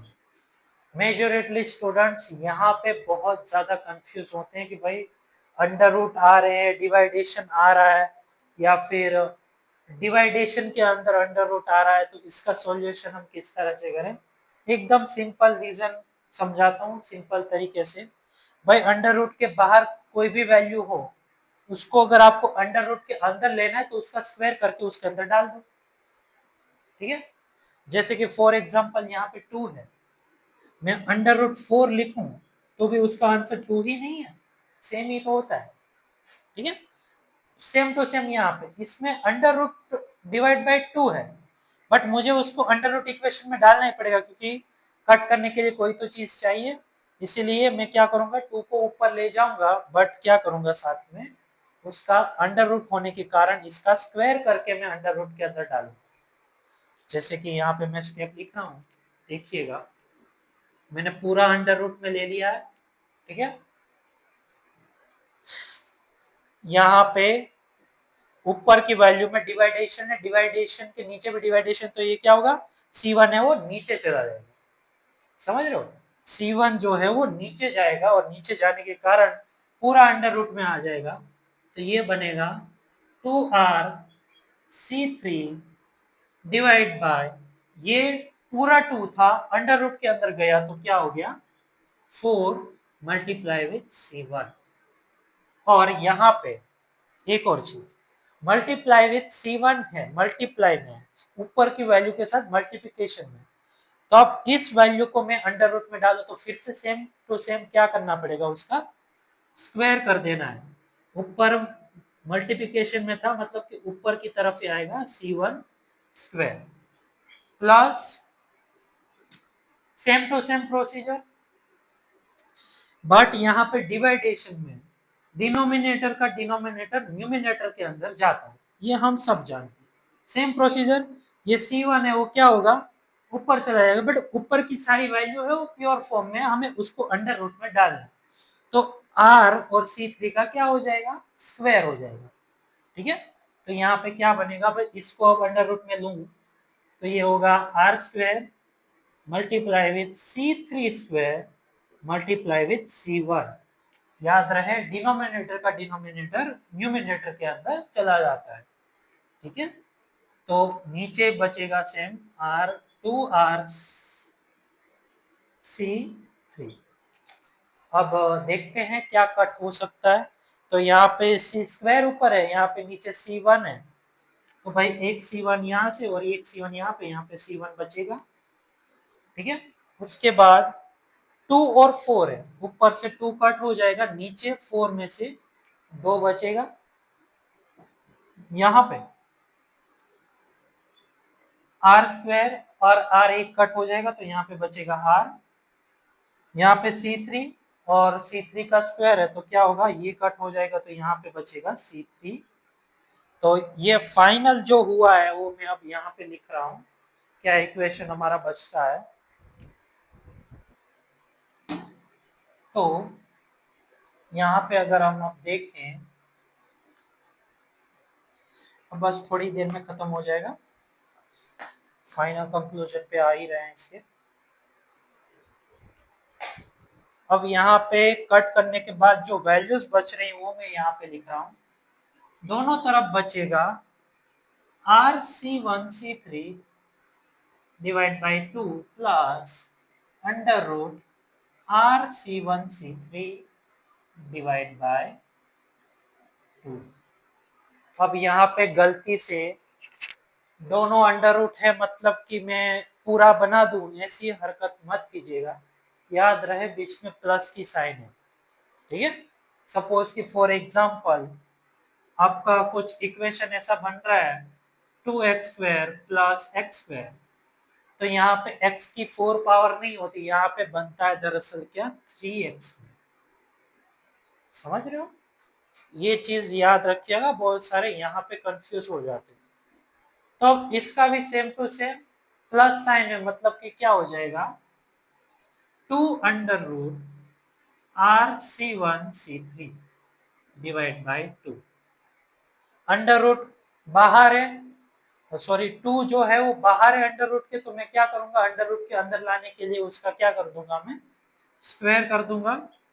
तो 4RC1C3 डिवाइड बाई 2, ऊपर 4 नीचे 2, क्या होगा, कट हो जाएगा, तो भाई यहाँ पे क्या बचेगा 2।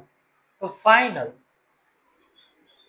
CQ स्टार इक्वल्स टू हमें क्या मिला, अंडर रूट 2RC1C3, ये हमें मिल गया। और ये वैल्यू हमें किसकी देगा भाई, मिनिमम कॉस्ट। अगर आपको कोई भी इन्वेंटरी मॉडल के अंदर मिनिमम कॉस्ट फाइंड करना है तो उसका फॉर्मूला होता है under root 2 multiply with RC1C3।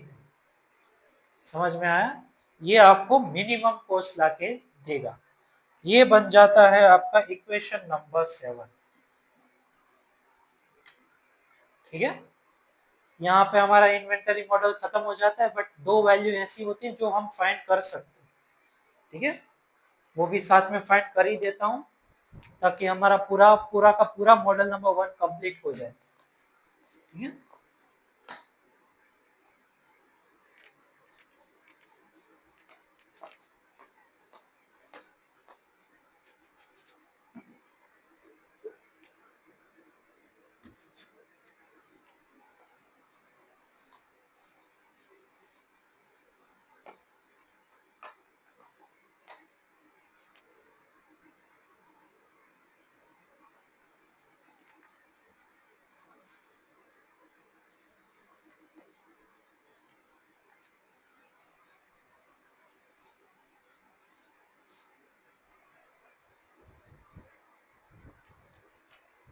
तो इक्वेशन नंबर 7 के बाद हमारे पास दो ऑप्शन निकलते हैं।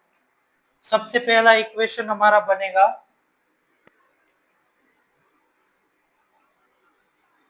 बेस्ट टाइम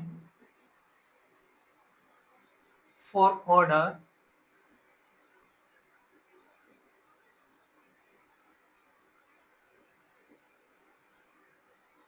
और मिनिमम टाइम भी यहाँ पे बोल सकते हो।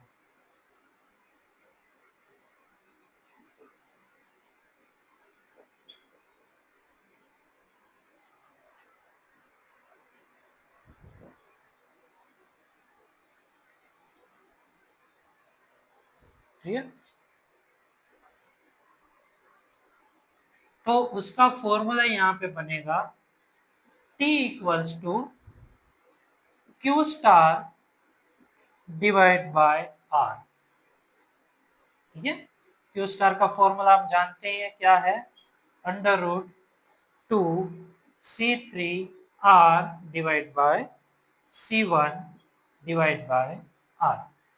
अब ये जो डिवाइडेशन है ऊपर चला जाएगा, सॉरी ये जो C1 है वो नीचे आ जाएगा, ये समझ लो कि ये C1 नीचे आ रहा है, मतलब कि इसका पूरा अंडर रूट हो जाएगा 2C3R divide bye C1R square. ठीक है, पूरी वैल्यू थी अंडर रूट के अंदर डाली तो उसका स्क्वायर करना जरूरी है। ऊपर का आर नीचे का आर स्क्वायर कैंसिल होगा, तो हमारा t इक्वल्स टू यहाँ पे फॉर्मूला बन जाता है क्या कि भाई under root 2C3R, sorry R तो हट गया, 2C3 divide by C1 multiply with R. ये टी का फॉर्मूला मिल गया कि भाई बेस्ट टाइम फॉर ऑर्डर या फिर मिनिमम टाइम आपको फाइंड करना है, तो उसका फॉर्मूला है under root 2C3 divide by C1 multiply with R. उसके बाद सेकंड हमारा इक्वेशन बनता है इससे अकॉर्डिंग कि भाई नंबर ऑफ ऑर्डर, कि भाई कितने ऑर्डर्स हमें मिलेंगे ईओक्यू के अकॉर्डिंग। ठीक है, हमारे पास इकोनॉमिकली ऑर्डरिंग क्वालिटी कितनी है उसके अकॉर्डिंग हमें कितने नंबर्स मिलेंगे, वो अगर आपको फाइंड करना हो तो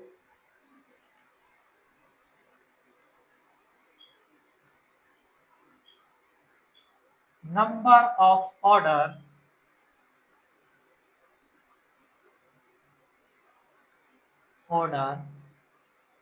स्मॉल एन इक्वल्स टू, तो स्मॉल एन इक्वल्स टू आपका इक्वेशन बनेगा R divide by Q star. इसको दोनों को याद रखना थोड़ा इजी है। अगर नंबर ऑफ ऑर्डर की बात कर रहे हैं मतलब कि R divide by Q star, अगर बेस टाइम या मिनिमम टाइम की बात कर रहे हैं तो Q star divide by R, ऊपर नीचे उल्टा पुल्टा होगा, बस यही आपको याद रखना है। सेम प्रोसेस, आर तो रहेगा ही, क्यू स्टार का फॉर्मूला में पता ही है, under root 2C3R divide by C1 equals to, अब ऊपर अंडर रूट है, अंडर रूट करवाना पड़ेगा, C1 इसके ऊपर जाएगा, मतलब कि यहाँ पे ऊपर बचेगा are square C1 divide bye 2C3R, यहाँ पे एक आर कैंसिल हो जाएगा, ऊपर आर बचेगा, तो इसका फॉर्मूला होगा R multiply with C1 divide by 2C3। तो इसको बोला जाएगा नंबर ऑफ ऑर्डर के लिए कौन सा फॉर्मूला यूज करना है, तो भाई ये फॉर्मूला इजी है, number of order and best time for order या मिनिमम टाइम, दोनों का फॉर्मूला सेम ही है, बट क्या होता है आर ऊपर नीचे हो जाता है। कई बार अगर आप कंफ्यूज हो एग्जांपल के अंदर कि भाई मैं शायद फॉर्मूला भूल रहा हूँ, तो भाई दोनों पुट करके दे दो। ठीक है, N equals to R divide by Q और N equals to Q upon R, दोनों फाइंड कर लो, दोनों में से कोई एक का तो जवाब आपका सही होगा ही, निकलेगा ही। ठीक है, तो ये तरीका भी होता है, अगर कंफ्यूज हो जाओ कि भाई क्या ऊपर आता है क्या नीचे आता है, तो हम तो ये तो जानते हैं कि भाई दोनों के अंदर ऊपर नीचे ही फर्क पड़ रहा है, बाकी तो सेम ही है। ठीक है, तो उससे आसानी रहती है, सिंपल इसे क्वेश्चन आप फाइंड कर सकते हो। तो यहाँ पे हमारा पूरा का पूरा एक मॉडल नंबर 1 कंप्लीट होता है। कोई भी क्वेश्चन हो तो हम डाउटिंग सेशन रखेंगे बाद में। उस डाउटिंग सेशन के अंदर आप इसके अंदर के कोई भी सवाल आपके अंदर पैदा हुए हों तो आप वो मुझे पूछ सकते हो, ठीक है। यहाँ पे हमारा मॉडल नंबर 1 का फर्स्ट मॉडल जिसका डिमांड रेट कांस्टेंट रहता है, प्रोडक्शन जो है वो इंफिनिटी होता है और शॉर्टेज जो है वो क्या है, नॉट अलाउड है, वो यहाँ पे कंप्लीट होता है।